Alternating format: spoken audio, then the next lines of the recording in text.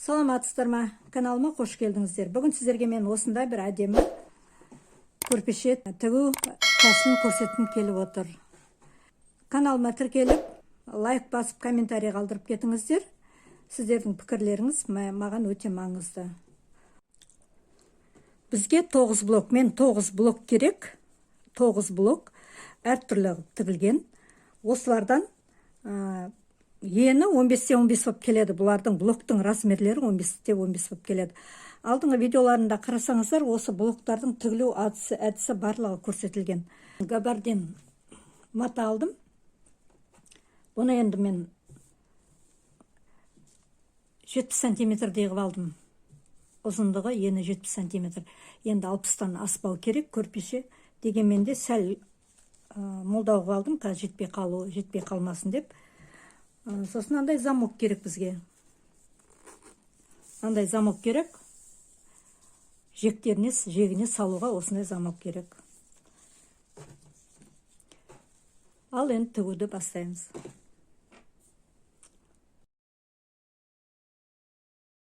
Енді барлығын біріне-бірін түйреп аласыздар алдымен.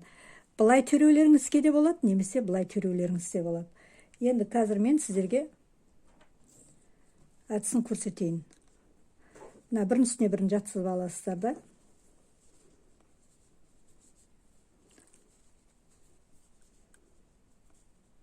Жектерін бірдей қыласыздар. Түйреп аласыздар.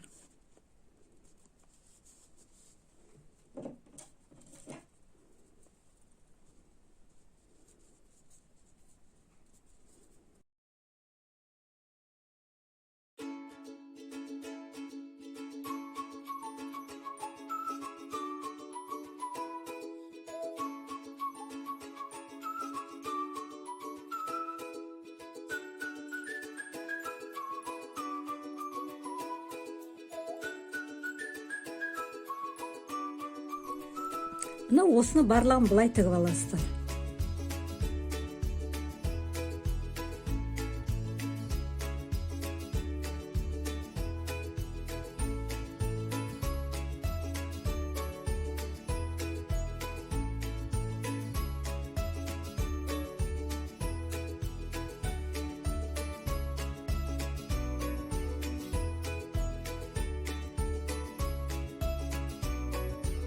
Барлығын бұлай тігіп алдық. Енді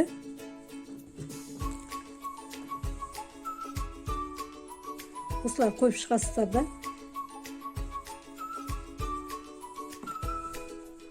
Енді мынаны бұлай айқасып тігесіздер.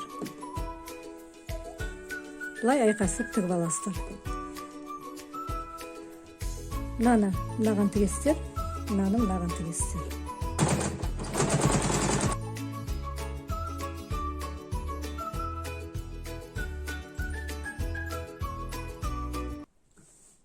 Осындай болды. Енді жектеріне етіп рамка қойып шығамыз. Осындай болды. Енді жектеріне етіп рамка қойып шығамыз. Бұның енін өлшеп аламыз. Алдымен енін өлшеп аламыз. Сәл тартыңқырап өлшеуіміз керек.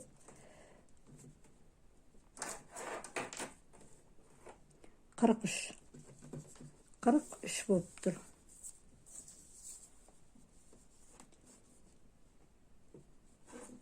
Мына жағы да 43.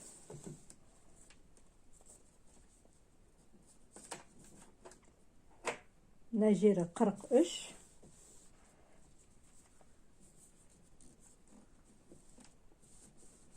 Мына жері сәл. Мына шеті сәл тарлау екен.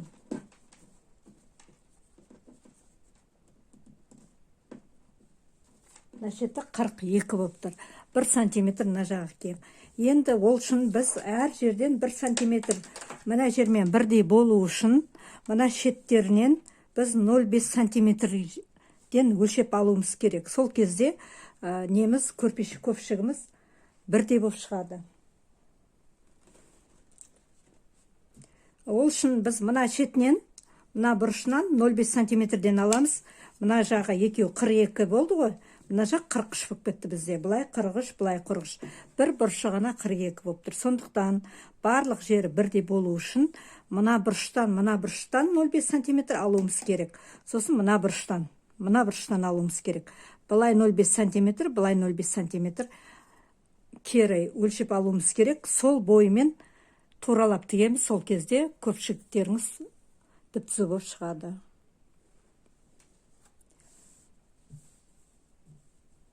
Мына жектеріне қойып шығамыз. Мына шетін мынаны 42 қылып аласыздар. Бір шетін еді. 42 қылып алдық. Мынаны 42. Енді мына шетін ұзын қылып аласыздар. Мынаның бойымен кету үшін. Көрдіңіздер ме? Бұлай қылып аласыздар, ұзын қылып аласыздар.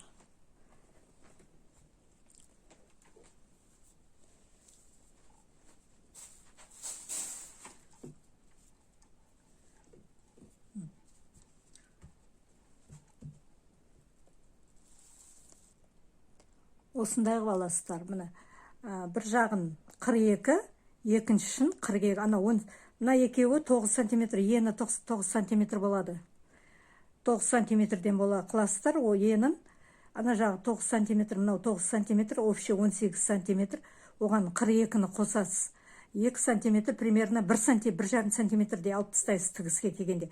Сол кезде мына жанындағы боковой ұзынды, мына ұзынды 58-59 аласыздар. 60 қып ала беріңіздер, қысқа болып қалмас үшін. Кескен кезде мында артық тұрған жерін қиып тастайсыздар. Қысқа болғаннан сәл артылып тұрған жақсы.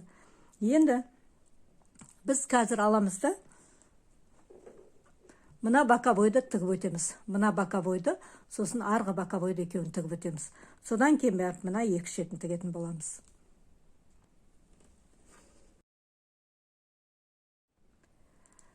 Жектерінің барлығын тігіп алдым. Мінеке көріңіздер. Бұл менде 60-ты, 58-е 58 шықты. Бұлай 58, бұлай 58 шықты. Енді мен жаңа басында айтып өттім.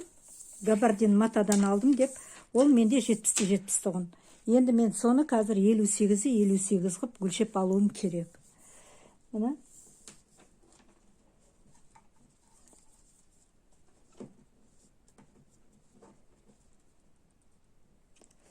Мына 58-де 58 болып тұр.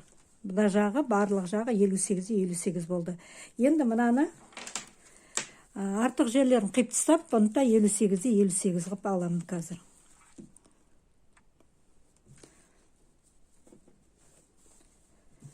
Өлшеп алдым. Бұны туралап жектеріне қоясыздар.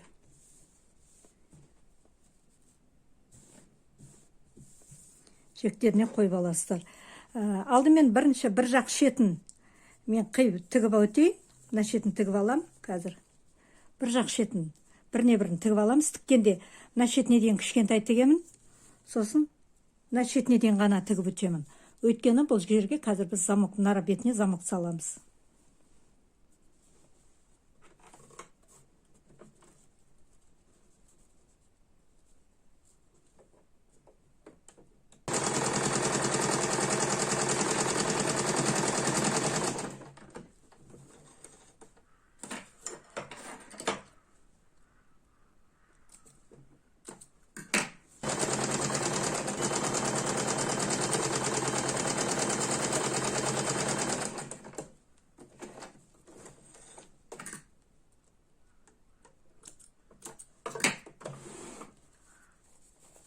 Екі шетін тігіп алдым.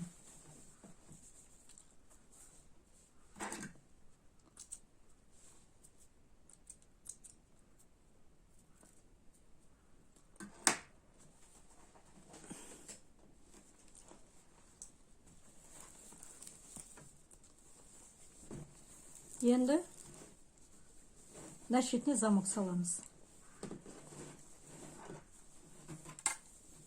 Мына ортаға замок саламыз.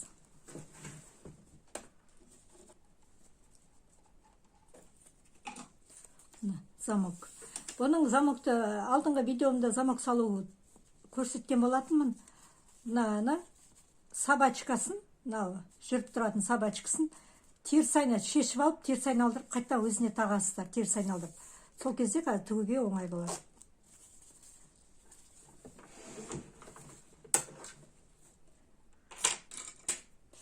Мынандай лапка болады, бір аяқта. Замок осымен тігіледі.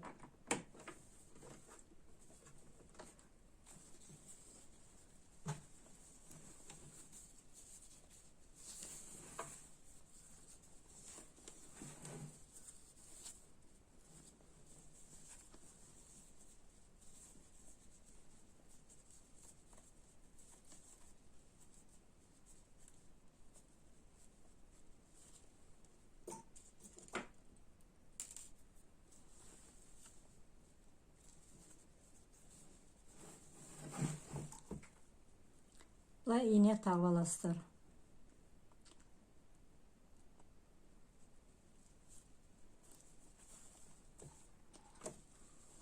Мынандай қойып аласыз. Осындай инемен бекітіп аласыздар. Мынаны қақ ортасына тура келуін қадағалайсыздар.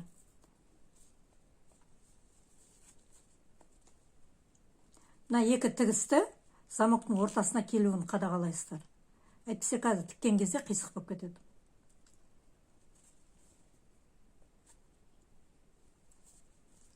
Мына, енді былай саламыз.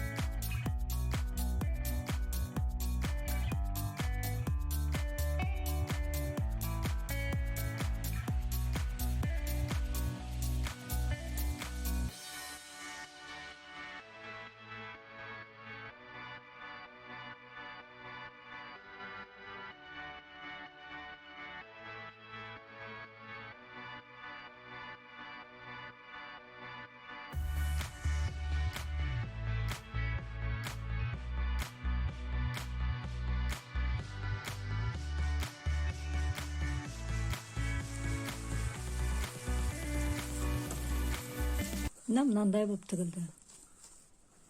Бүйтіп анықтап қарасаңыздар.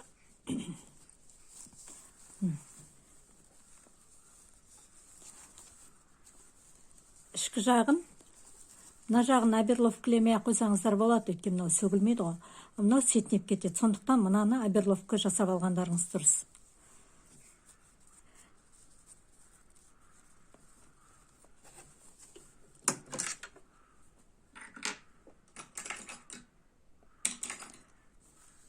Қазір шетін барлығын тігіп алайын, сосын көрсетем оберловканы.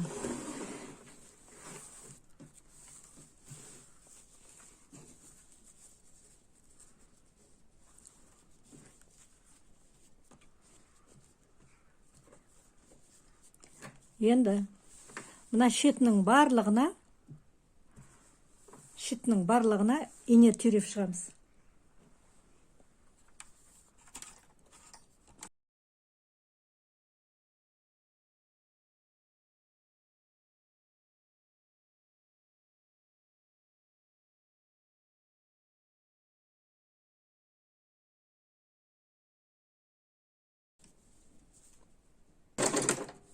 Енді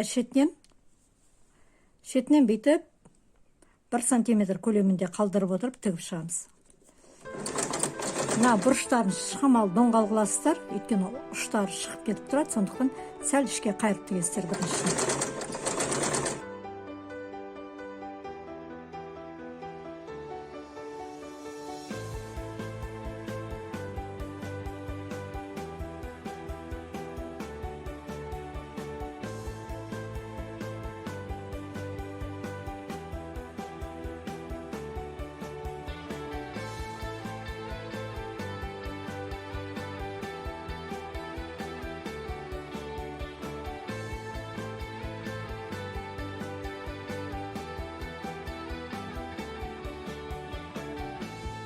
Осының барлығын бұрыштарын доңғалық қиып аласыздар. Қайырып тіккен кезде, қайырған кезде томпиып шығып тұрмайды. Менде зигзагқа арналған мынандай лапка бар. Ортасы, мынандай ортасында темір бар, мынандай темір бар ортасында.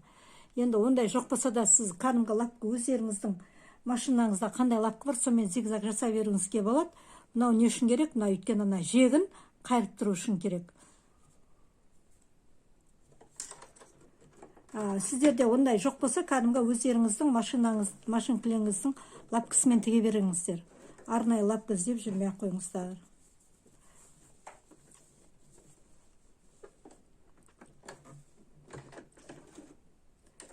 Зигзагқа қойып аласыздар, үште тұрады.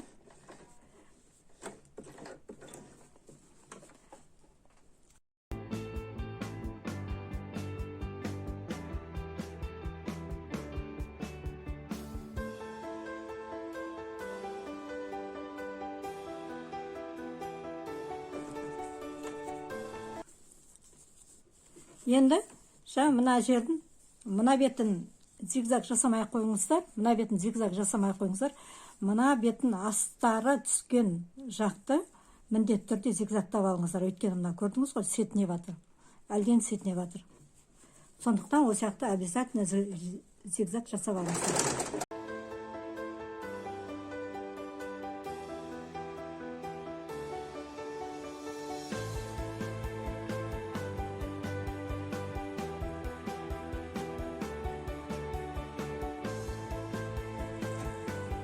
Міне жектерінің барлығы мынандай болды. Екеңіз.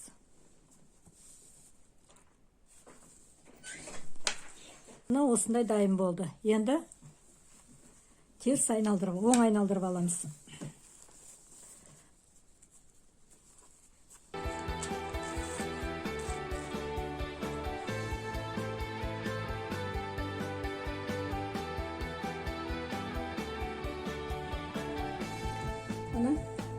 Осыған енді алдын ала жасап қойдым. Ішіне мақтасын бөзбен көктеп, бөзбен қаптап көктеп алдым. Енді осының ішіне саламыз.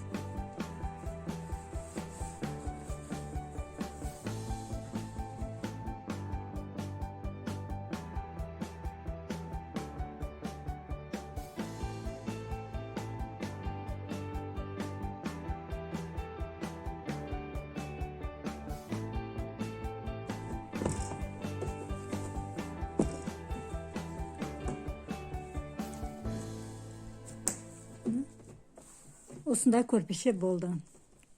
Самогы былай салынады.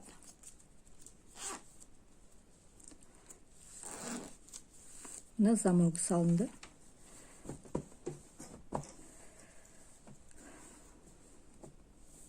Мындай әдемі көрпеше шықты. Шай көрпеше, немесе құдағай көрпеше қылуларыңызға болады. Құдағайға, сыйлыққа, жаңа түскен келінге де беруіңізге болады. Келген қонақтың астына салуға, шай ішкенде әдемі көпшік.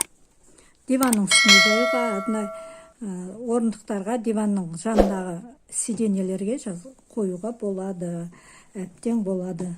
Қыз жасауына да қосуға болады. Видео ұнаса, лайк басып, комментарий қалдырып кетіңіздер.